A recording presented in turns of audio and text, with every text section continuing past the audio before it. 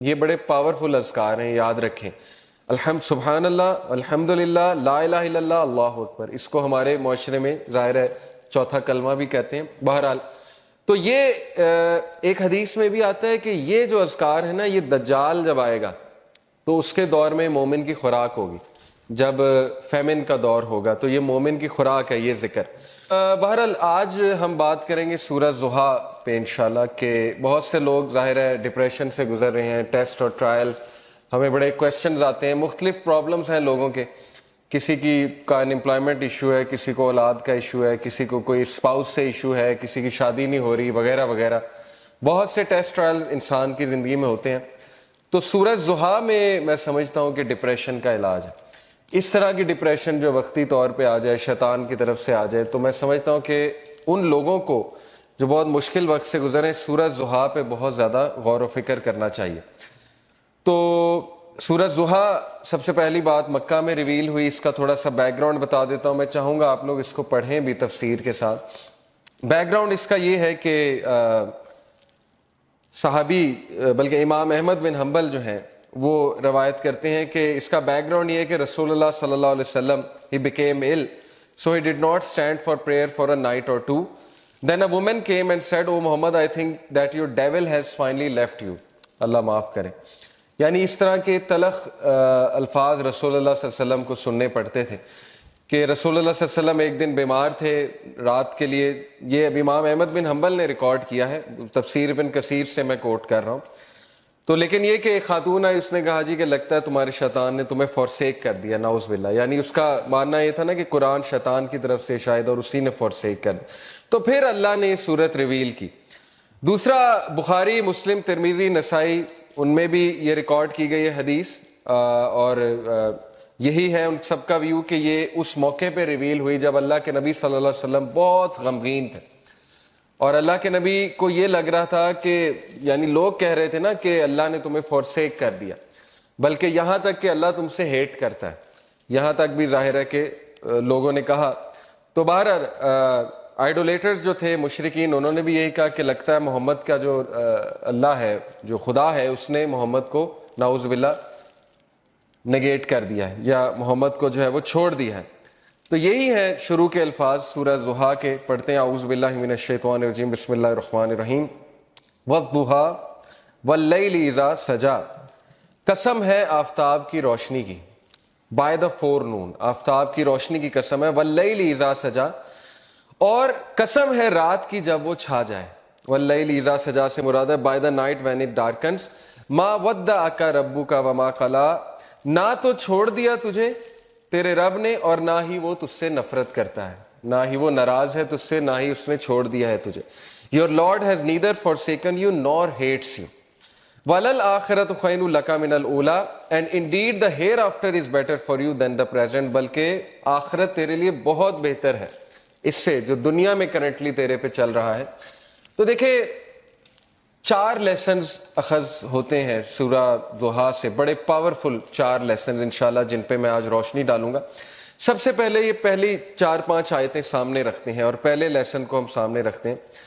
سب سے پہلا لیسن یہ ہے کہ ایون رسول اللہ صلی اللہ علیہ وسلم غمگین ہوتے تھے، ٹھیک ہے نا؟ تو it's okay to be sad. ہر انسان کی زندگی میں کچھ نہ کچھ ایسا ہے کہ اسے غم آئیں گے، اور یہ اللہ نے لائف کی نیچر بھی یہی بتائی کہ الذی خلق الموت والحیات لیبلوکم ایکم احسن عملا، کہ میں دیکھوں گا تم میں سے بہترین عمل والا کون ہے۔ تو اللہ کے نبی صلی اللہ علیہ وسلم وہ اتنے غم کی حالت میں تھے کہ اللہ تعالیٰ نے باقاعدہ گارنٹی دی کہ نہیں، آپ کو فورسیک نہیں کیا اللہ تعالیٰ نے، کیونکہ ظاہر ہے وہی بھی رک گئی تھی کچھ عرصے تک، تو حضرت جبرائیل کو مس کیا کرتے تھے اللہ کے نبی، پھر وہ روحانیت کو مس کیا کرتے تھے، تو ظاہر ہے اللہ سے اب کوئی رابطہ ڈائریکٹ نہیں ہے، پہلے حضرت جبرائیل آیا کرتے تھے، تو سوچیں کہ کتنا وہ ٹف ٹائم ہوگا ہمارے نبی پہ۔ تو سب سے پہلا لیسن یہ کہ ایون پروفٹ صلی اللہ علیہ وسلم واز سیڈ، ٹھیک ہے، it's okay to be sad. دوسری بات یہ جو ان چند آیات سے ثابت ہو رہی ہے کہ there is light, we are reminded کہ روشنی ہوگی، رات ہوگی، لیکن رات کے اندھیرے کے بعد آپ دیکھیں روشنی چھا جاتی ہے۔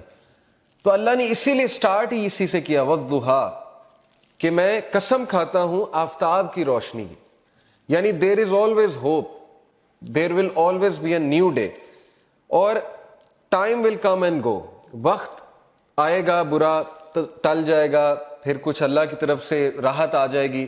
تو this is how things happen. Life کی نیچر اللہ تعالیٰ بتا رہا ہے کہ یس اندھیرا بھی چھا جاتا ہے اور وہ پورا کا پورا چھا جاتا ہے, لیکن کبھی بھی اندھیرا پورا کا پورا نہیں رہتا ہے, صبح ہوتی ہی ہوتی ہے. تو اسی لیے اللہ نے سٹارٹ ہی والضحیٰ سے کیا, واللیل اذا سجا, اور جب رات کا اندھیرا چھا جائے, ما ودعک ربک وما قلیٰ. یہاں سے یہ بھی ثابت ہوتا ہے کہ دوحا پریئر جو ہوتی ہے, جسے ہم چاشت کی نماز بھی کہتے ہیں نا, 2 رکعت نفل, تو اس کے بارے میں میں ایک حدیث سنا دیتا ہوں.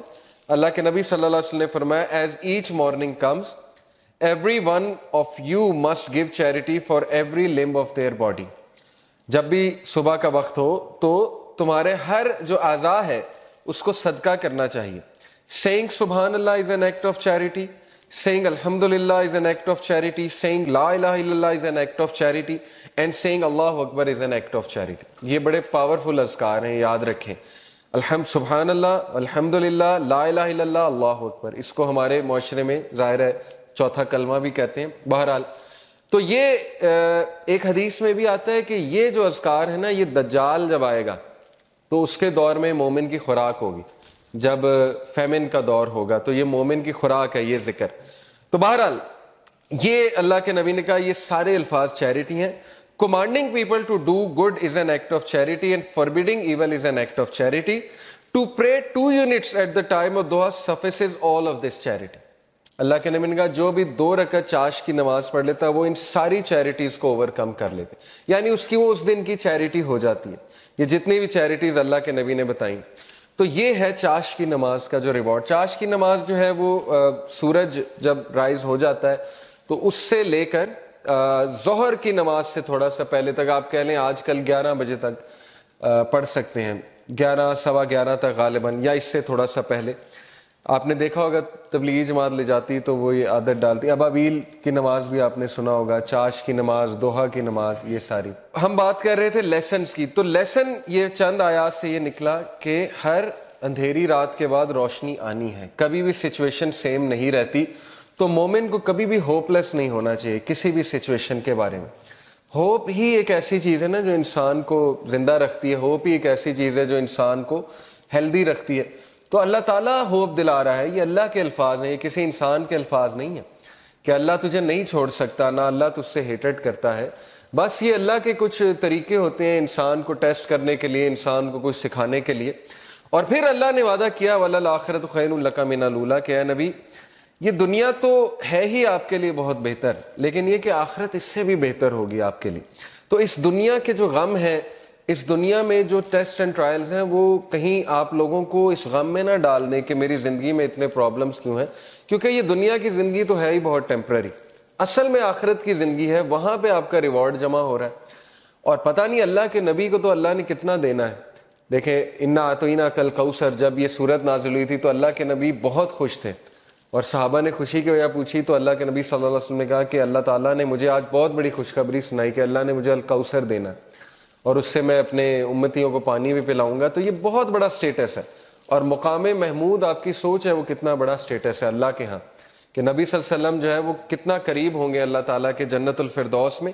تو اس لیے مومن کے لیے دیر از آلویز ہوپ. اگر زندگی میں کوئی کمی رہ جاتی ہے, کچھ مل جاتا ہے, کچھ نہیں مل جاتا ہے, تو مومن کبھی بھی ہوپ لیس نہ ہو.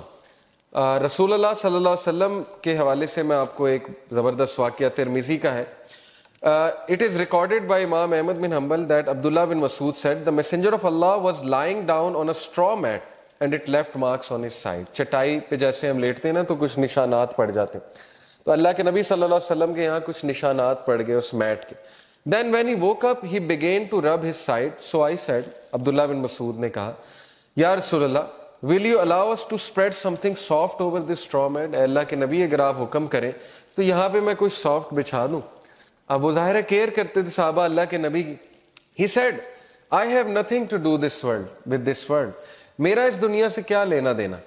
The parable of me and this world is like a rider who rests in the shade of a tree, then he passes on and leaves it.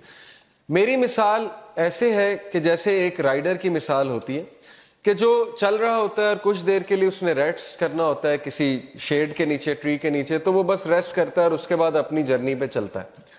یعنی اس لیول کی فلسفی، اس لیول کا توکل، اس لیول کا یقین، اس لیول کا ایمان، تو زندگی اصل میں گزرتی ہے ایمان سے، توکل سے. یہ بلڈ کرنا چاہیے بچوں کا. اگر آپ نے کچھ بلڈ کرنا ہی ہے اپنا تو سب سے زیادہ ٹائم اس پہ لگائیں. حق الیقین. اللہ کہتے ہیں نا کہ مومنین جو، اللہ نے کیا خاص بات بتائی مومنین کی سورہ البقرہ میں، الذین یؤمنون بالغیب ویقیمون الصلاۃ ومما رزقناہم ینفقون والذین یؤمنون بما انزل الیک وما انزل من قبل وبالآخرۃ ھم یوقنون. ایک تو غیب پر ایمان، دوسرا یہ کہ آخرت پر یقین، اتنا یقین کہ ان کے ایکشنز بتاتے ہیں. ٹھیک ہے نا. مومنین جو ہیں ان کی نظر آخرت پر ہوتی ہے. اللہ کے نبی صلی اللہ علیہ وسلم کی نظر جو ہے وہ آخرت پر تھی. تو انہوں نے کہا کہ میرا کیا لینا دینا اس دنیا سے، جو مل گیا مل گیا، اور جو نہ ملا اس پہ بھی الحمدللہ.